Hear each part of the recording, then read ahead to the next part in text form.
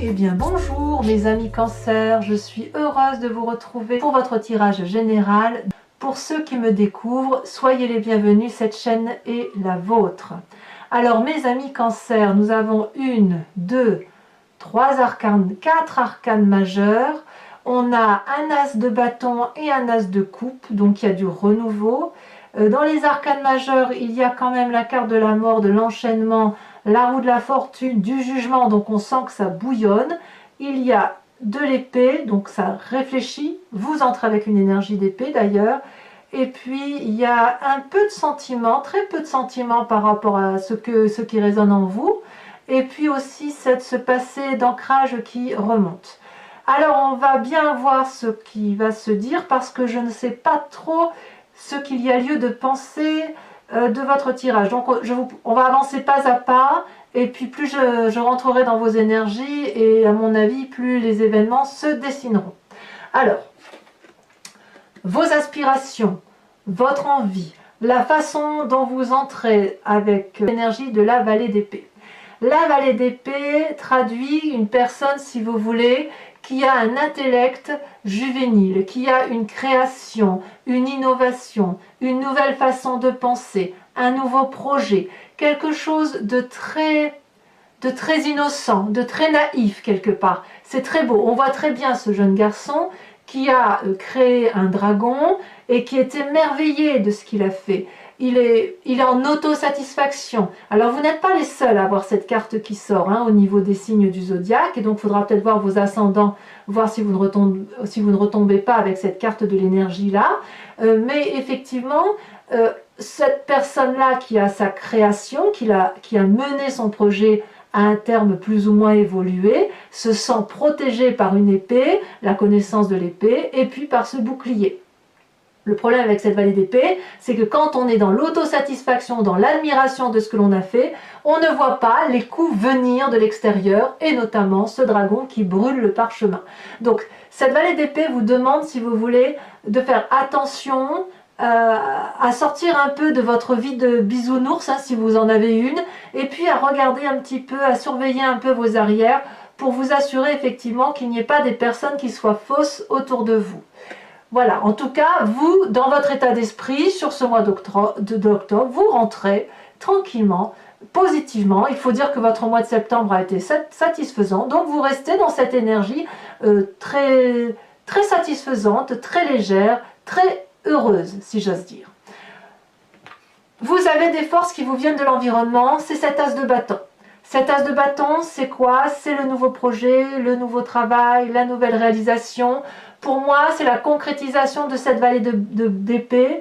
Vous avez peut-être eu une aide extérieure, peut-être un signe de feu, possiblement, auquel cas ce serait le bélier, sagittaire, lion. Mais en tout cas, cette puissance d'action que vous avez, qui vous est favorable, va être mise en avant, mise en action, et il n'y a rien qui peut vous arrêter. Donc c'est quelque chose d'assez positif. Et quand on voit effectivement cette carte du jugement, je dirais même que ce nouveau projet que vous avez mis à l'œuvre vous permet, si vous voulez, de faire remonter à la surface un élément du passé, de le traiter et de le balayer. Vous savez, c'est comme parfois quand tout au long de son cursus de vie, eh bien on a régulièrement des résurgences du passé où on se dit, ben tiens, aujourd'hui je fais comme ça, alors qu'en ce temps-là, j'aurais fait de telle ou telle façon, peut-être que ça n'était plus judicieux aujourd'hui. Donc, du point de vue de l'environnement, effectivement, le nouveau projet que vous mettez en œuvre sera littéralement différent de ce que vous avez toujours vécu ou de ce que vous avez cru dans vos croyances, dans la façon, peut-être dans une répétition de schéma, et on me dit que c'est favorable. Donc, si vous avez des nouveaux projets, cette vallée d'épée-là, et que vous voulez la mettre en action, c'est une très bonne chose. Et apparemment, vous allez être soutenu, vous allez pouvoir le faire, et ça va vous permettre, comme je le répète, de trancher avec le passé, de dire adieu à une façon de penser et de raisonner. Donc pour moi, jusqu'à présent, tout va bien. Alors, qu'est-ce qui pourrait arriver de façon désagréable dans votre environnement? On a la carte de la mort. Donc, on ne va pas se mentir, puisque c'est l'environnement défavorable, il est possible que certains cancers apprennent le décès physique d'une personne. Quelqu'un de plus ou moins proche. Il est possible aussi, sans parler de la mort physique, que ce soit une mort spirituelle qui vous vienne de l'extérieur. Donc soit c'est ce jugement-là qui fait que vous balayez à juste titre des croyances erronées du passé, mais en même temps avec cette carte de mort, ça semble dire que psychologiquement, il ne faut peut-être pas tout enterrer de ce qui vous vient de l'extérieur.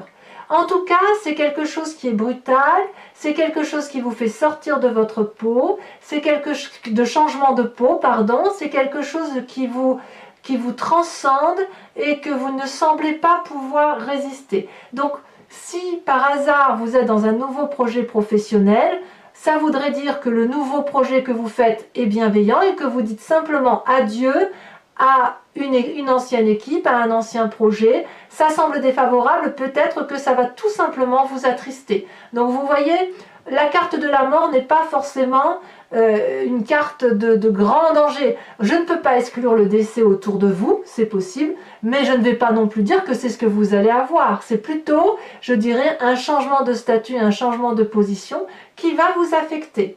Peut-être que ce changement professionnel que vous vivez, ou ce changement de projet, ou ce changement de vie, ça va peut-être au fond de vous vous blesser. Si vous devez juger une façon de votre passé, forcément que ça peut vous affecter intellectuellement ou physiquement. Moi je crois que c'est intellectuellement que ça va vous affecter. Parce que vous êtes très branché dans l'intellect, vous êtes vraiment dans le cérébral.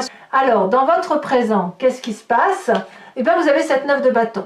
Là, ça veut dire que ce nouveau projet que vous mettez à terme, ou cette nouvelle idée, va falloir de la persévérance. Il va falloir ne pas faire qu'admirer ce que l'on a créé, mais si vous voulez aboutir à la dernière marche de l'escalier pour mener votre projet, par exemple, à un banquier, eh ben, ça veut dire qu'il va falloir encore peut-être le peaufiner, s'organiser.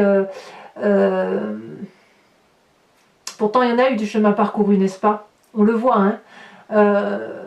On voit là cette personne qui, vous voyez, il y a 8 bâtons autour de lui et il regarde le 9e en disant « Ah oui, mais j'ai fait tout ça, j'ai traversé ces montagnes, j'ai traversé ces forêts et j'y suis arrivé, je vois ces magnifiques dragons. Maintenant, il faut atteindre le nid des dragons. Ah oui, mais alors attention, là, moi, j'ai besoin de repos un petit peu. » Donc, la 9 de bâton, pour moi, c'est quand même une période très fructifère en activité. C'est vraiment quelque chose où vous sortez du bout du tunnel, où il y a vraiment ce nouveau projet qui se met en place. Maintenant, effectivement, il faut de la persévérance, il faut y croire, il faut y aller. Donc, je pense que ce qui pourrait vous mettre en difficulté, c'est effectivement ce décès intellectuel ou ce décès physique qui sera autour de vous. Je pense plus que c'est intellectuel parce que dans votre inconscient, vous risquez d'être profondément affecté, peiné, et vous risquez presque d'être dans un état de déprime. Donc, j'ai envie de vous dire, votre projet tel qu'il se présente à vous, je ne sais pas ce qui va vous arriver, à vous de me le dire, mais si vous voulez, sur ce projet que vous mettez en œuvre, si jamais il est retardé à cause d'un événement extérieur qui vous mine, gardez-le dans votre sac, ne le laissez pas tomber, parce que on vous dit qu'effectivement il faut continuer à entreprendre la démarche que vous avez menée, ce que vous avez pondu là, et ben il faut y aller, et quoi qu'il vous arrive, et ben il va falloir mener de front deux choses, une séparation et en même temps un projet qui semble effectivement très très favorable. Donc comme je vous disais, dans votre inconscient, il y a la 9 d'épée. La 9 d'épée, c'est pas une très bonne carte, hein. Ça veut dire que on n'est peut-être pas sûr de soi, on manque de confiance en soi, ou alors on est très très affecté par une personne qui nous a blessés, on est épuisé intellectuellement. On voit très bien ici ces 9 épées qui sont dressées face à une personne qui est démunie physiquement, qui n'en peut plus, qui tourne le dos au dragon de la sagesse et qui, sans se rendre compte, fonce sur les épées qui sont droit foncées sur elle. Donc il y a une forme de dépendance, quelle qu'elle soit, à une façon de penser qui vous vient de l'environnement, c'est certain, c'est pas de votre faute du tout, et il va falloir vous accrocher aux branches. Et pour vous accrocher aux branches, il me semble que ce projet-là est certainement la meilleure des choses que vous pourriez mener de front pour dire de garder la tête en dehors de l'eau. Voilà. Alors, quel est le passé qui va ressurgir ? À quel passé vous allez penser? Eh bien, c'est le côté paternaliste qui revient, c'est la Roi de denier. La Roi de denier, c'est franchement l'homme de confiance, c'est la personne qui est assise, c'est la personne qui sait ce qu'elle doit faire pour gagner de l'argent, c'est la personne qui sait ce qu'elle doit faire pour matérialiser dans la durabilité une expansion social, une expansion professionnelle et surtout quelque chose qui soit solide, hein, un socle de vie qui ne soit pas fissuré. Ça peut être aussi quelqu'un qui finance, ça peut être aussi le bon patriarche que vous avez connu, quel qu'il soit, père, frère, oncle par exemple, éventuellement une mère si cette femme a été la seule à vous élever, et puis bien évidemment c'est surtout une personne d'autorité. On voit que le trône est particulièrement ancré dans les branchages. Alors, avec cette roi de denier aussi, il faut reconnaître que ces gens qui ont effectivement une très grande assise ont parfois des difficultés à s'ouvrir l'esprit vers de nouveaux projets. Donc c'est possible que cette contrariété qui vous vient de l'extérieur puisse vous venir de ce passé si c'est une personne à qui vous demandez de vous financer, parce qu'elle ne va peut-être pas croire en votre projet. C'est possible.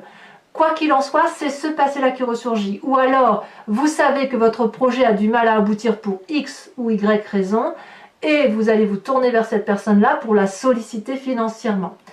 Ça fait quand même 1 sur 2. Ce que je vois, c'est projet avec la séparation de quelque chose d'ancien, mort, projet, pas bien dans sa tête, ancienneté avec ancrage. Donc on voit que les projets se retrouvent 1 carte sur 2. C'est comme si vous étiez régulièrement, vous allez monter une marche, vous allez redescendre une marche, remonter 2 marches, vous allez en redescendre une.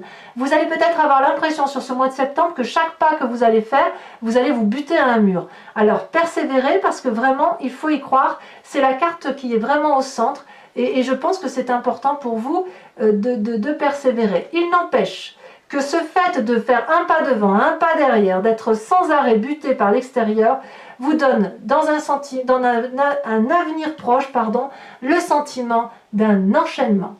Là, l'enchaînement, c'est vraiment l'extérieur, ou du moins ce sentiment que vous avez de l'extérieur, qui vous empêche de faire ce que vous voulez, ou du moins vous le croyez.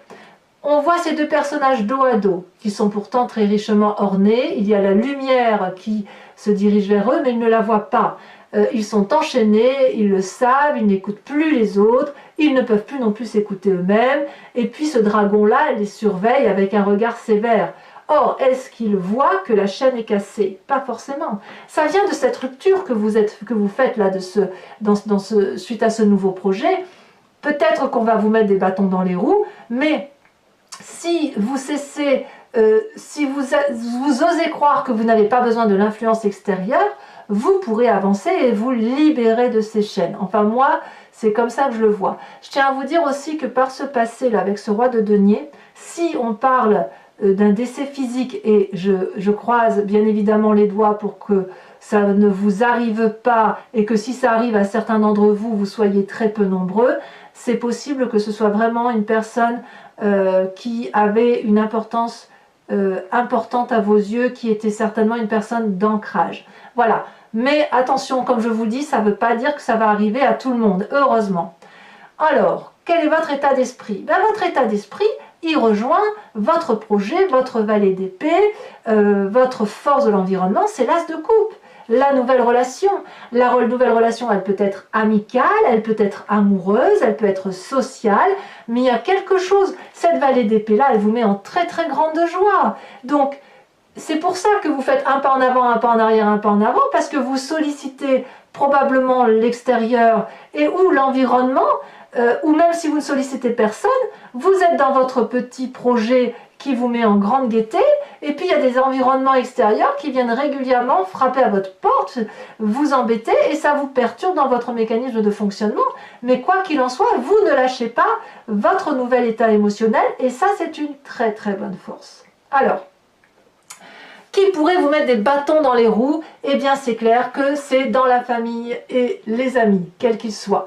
C'est pas le professionnel du coin, c'est vraiment la personne avec qui vous avez des relations. Ici on est dans la 3 d'épée, on est dans la bagarre d'ego, on se dispute clairement.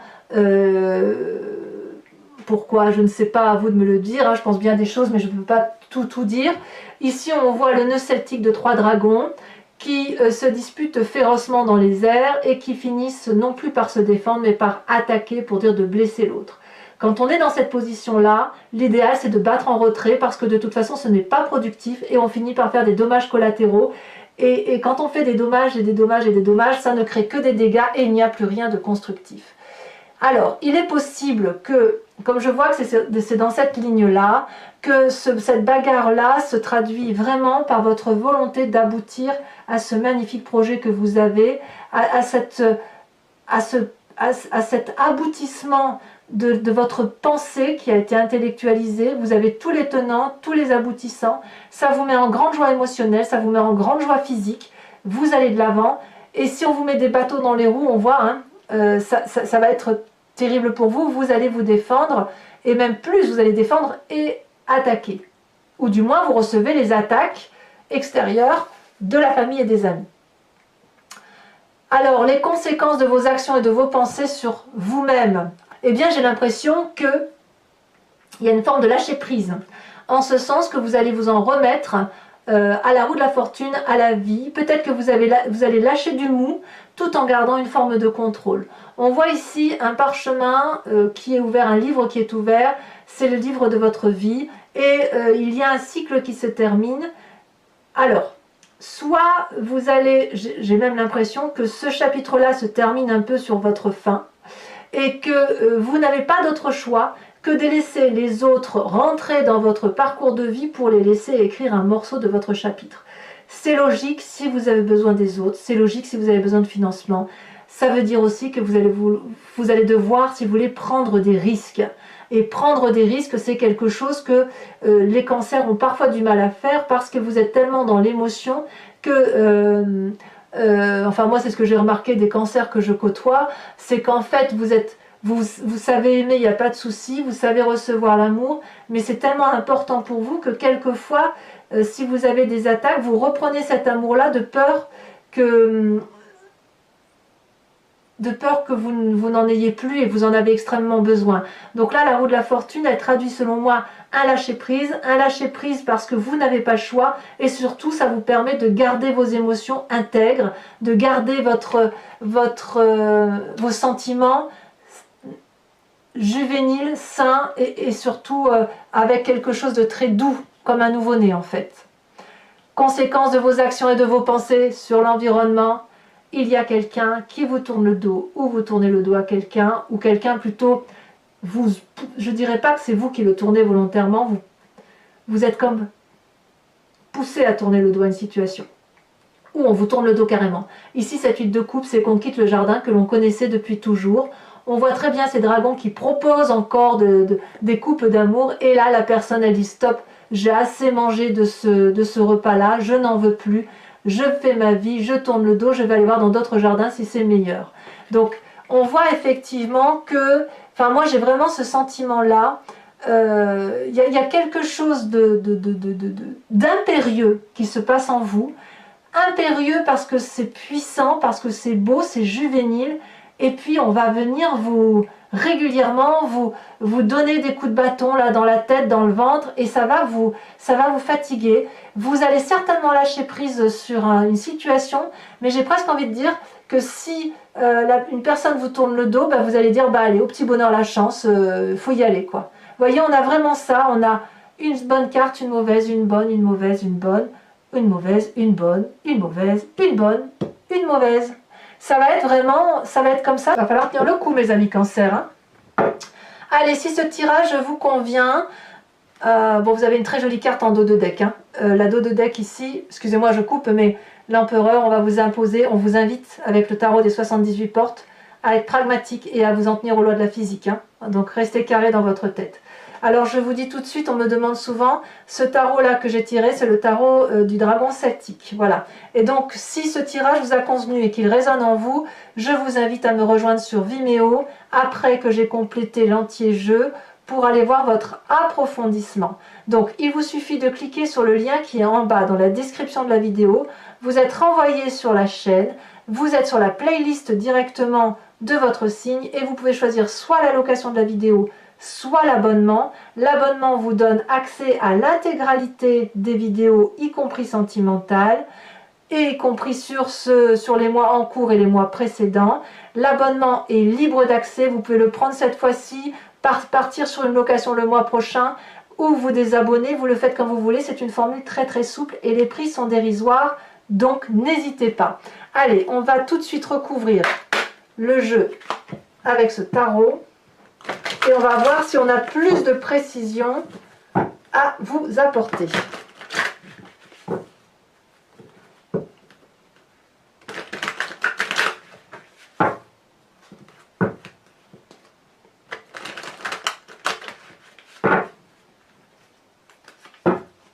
Alors, sur la vallée d'épée, qu'est-ce qu'on a sur cette magnifique... Oh là là, regardez, la 9 de denier. Donc pour moi, je trouve que vous restez cohérent. Sur l'environnement favorable, avec ce jugement et cet as de bâton, qu'est-ce qu'on a? Ouh là là, il y en a deux qui tombent. Je vous les mets parce que de toute façon, on a deux cartes. La 6 d'épée, la 7 de denier. J'ai envie de m'attarder de toute façon sur ce qui est positif pour vous parce que vous allez avoir suffisamment de soucis comme ça, on ne va pas en rajouter. Alors quand même sur cette mort, sur cet environnement négatif, oh ben alors, la force, c'est pas si mauvais que ça, hein, tout compte fait. La force, vous vous rendez compte quand même ce qui se passe autour de vous là, avec cette mort et cette force.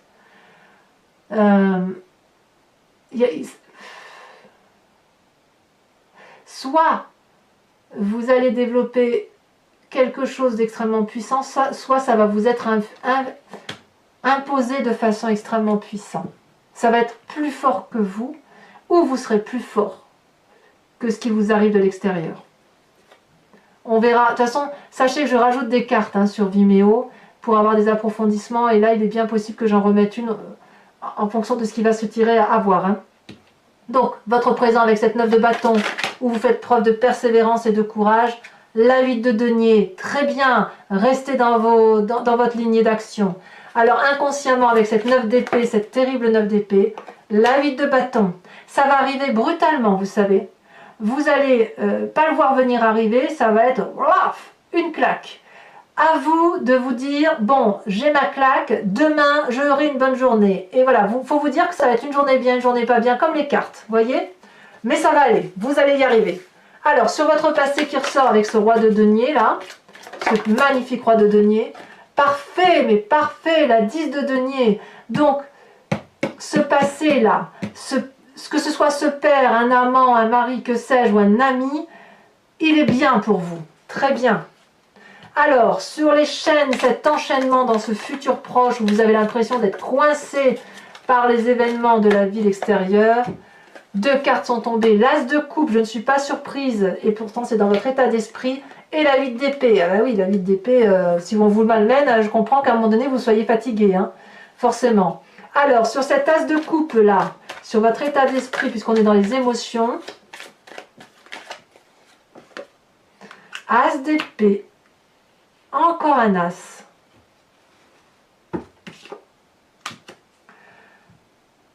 C'est bouleversant. Ça s'impose à vous. C'est puissant et c'est nouveau. Voilà ce que j'ai à vous dire. Vous avez quand même l'as de bâton, l'as d'épée, l'as de coupe. Il ne me manque plus que l'as de denier et là vous êtes dans le complet démarrage de tout. Alors sur cette 3 d'épée, avec la famille et les amis, vous avez la reine d'épée. Et ouais, je ne suis pas surprise. Sur cette magnifique roue de la fortune, où vous semblez lâcher prise en fin de mois, comme si vous dites, bon bah écoute, là, de toute façon, tant pis, hein, on va suivre au gré du vent, ça saute. La roi de bâton, encore une roi, encore de la puissance, encore du pragmatisme. Encore l'invitation à rester solidement ancré. Avec cette 8 de coupe où vous tournez le dos, où on vous tourne le dos, oh là là, ça veut parler, hein. Où on vous tourne le dos, ou alors vous tournez le dos, regardez, la papesse. Waouh. Ouais, c'est l'intuition qui va l'emporter. Bon, mes amis Cancer, pour ceux qui me rejoignent, et j'espère que vous serez nombreux, bien évidemment, je vous invite à vous poser une question très précise sur ce tirage et je l'interpréterai avec le grand jeu de Mademoiselle Lenormand.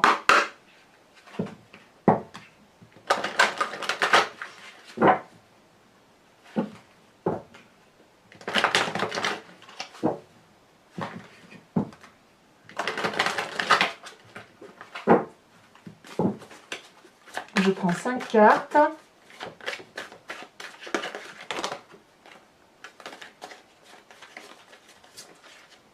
ça veut parler, hein. C'est un mois qui est quand même très très incroyable pour... je crois que vous êtes mon 3e ou 4e signe que je tire là. Et c'est extrêmement particulier. Des énergies qui s'imposent. Ouais, on voit que la famille semble importante encore. Hein, pour... Oh là là.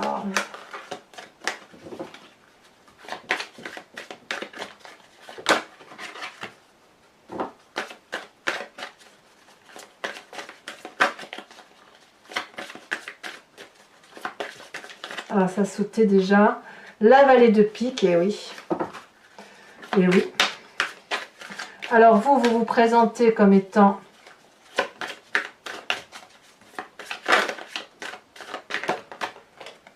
la 6 de pique.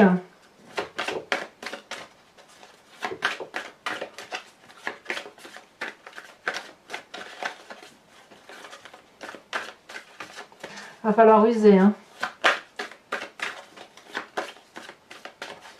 C'est un jour avec, un jour sans. Ouais, c'est ça.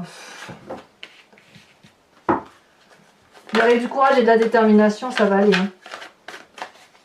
Il n'y a pas de raison. Hein. Oh là là, ça veut sauter. Hein. Dites donc, il y a des messages pour vous, mes amis Cancer. Hein. Allez, les 2 prochaines. Ça veut sauter. La 2 de carreau, évidemment.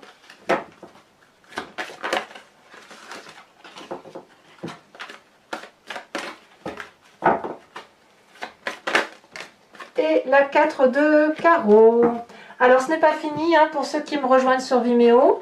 Je vais tirer une carte de l'oracle des druides afin de vous proposer de penser à un animal totem qui va vous accompagner sur tout ce mois et qui va vous plonger dans l'instinct animalier parce que vous savez qu'on vient tous de la même génétique, de la même cellule et qu'ensuite on s'est divisé et on est devenu ce que l'on est devenu, les animaux d'un côté, sauvages, de compagnie, les humains. Donc là, avec cet oracle des druides, animaux sacrés, je vous êtes invité du moins à vous inspirer de cet animal puissant et de sa force, de la force qu'il inspire.